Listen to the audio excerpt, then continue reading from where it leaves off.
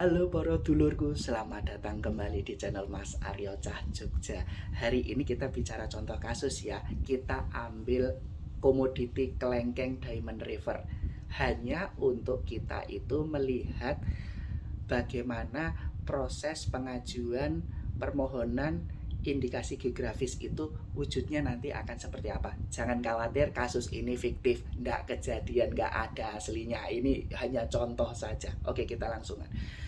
Katakanlah di suatu tempat di Jawa Tengah itu merupakan daerah penghasil kelengkeng Diamond River. Setiap panen itu konsisten, hasilnya selalu manis. Dan dia tidak terlampau lengket seperti Diamond River pada umumnya. Mulai muncul ada pembicaraan apakah sebaiknya kita mengajukan perlindungan kekayaan intelektual indikasi geografis nih tentang seperti ini. Nah, mari kita cek ya.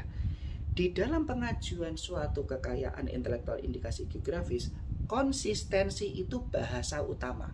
Itu wajib ada. Kalau tidak, perlindungan indikasi geografis itu bisa dicabut oleh Menteri Hukum dan HAM yang aktif kala itu. Ingat loh, itu prosedurnya seperti itu. Kedua, permasalahan yang sering disampaikan oleh DJKI itu adalah pada mengajukan nanti yang akan memiliki hak atas indikasi geografis ini siapa? Apakah Pemda ataukah masyarakat sendiri? Nah, kalau masyarakat sendiri sebaiknya sudah harus beres. Dia didirikan dengan akte notaris, dia harus berbadan hukum. Ini sudah harus beres dulu.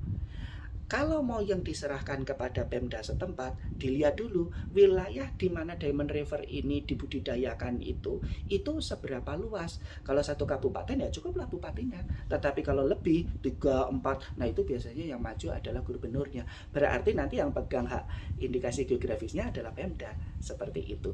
Nah, permasalahannya, nah ini DJKI itu pernah menyampaikan kadang pihak yang harusnya terikat terkait itu nggak ada, sedangkan yang diikut sertakan di dokumen deskripsi itu malah pihak yang loh ini nggak ada urusannya. Seperti itu. Nah, itu makanya kenapa komunikasikanlah, itu harus yang terkait sebaiknya memang betul ada di situ.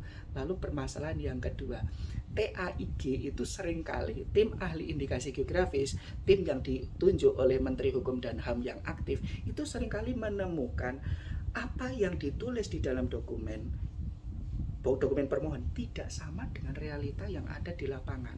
Lah kalau ini terlampau absurd, ini sudah TAIG sudah tidak bisa lagi memberikan lampu hijau ini oke untuk suatu perlindungan indikasi geografis. Itu sebabnya kenapa mohon kalau ditulis itu yang real, apa adanya, otentik seperti itu gitu ya. Nah, oke. Nah, dengan demikian kesimpulannya apa? Kesimpulannya satu, indikasi geografis itu bukan kegiatan orang per orang. Pengajuan permohonannya itu bukan kegiatan orang per orang.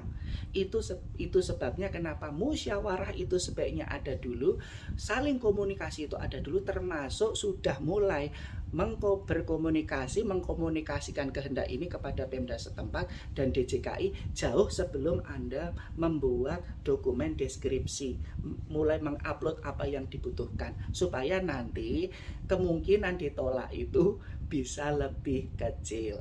Gitu ya, itu yang utama. Dan yang kedua, biasakan kalau nulis itu apa adanya saja, jangan kemudian dibuat malah nanti malah kacau seperti itu. Oke, untuk konten hari ini Mas Aryo cukupkan sekian. Mohon dukungannya untuk mengembangkan kanal ilmu pengetahuan ini dengan tekan like, comment, share, subscribe, tekan bel notifikasinya. Mohon maaf, jangan potong konten, jangan repost. Selalu Mas Aryo ingatkan, konsultasikan semua permasalahan kekayaan intelektual Anda hanya kepada pihak-pihak yang telah diberikan wewenang dan izin oleh undang-undang negara kita tentang kekayaan intelektual. Besok kita bicara kekayaan intelektual yang lain, kita bicara ilmu pengetahuan yang lain yang tidak kalah asiknya. Tetap pandangin terus channel Mas Aryo Cah Jogja. Oke.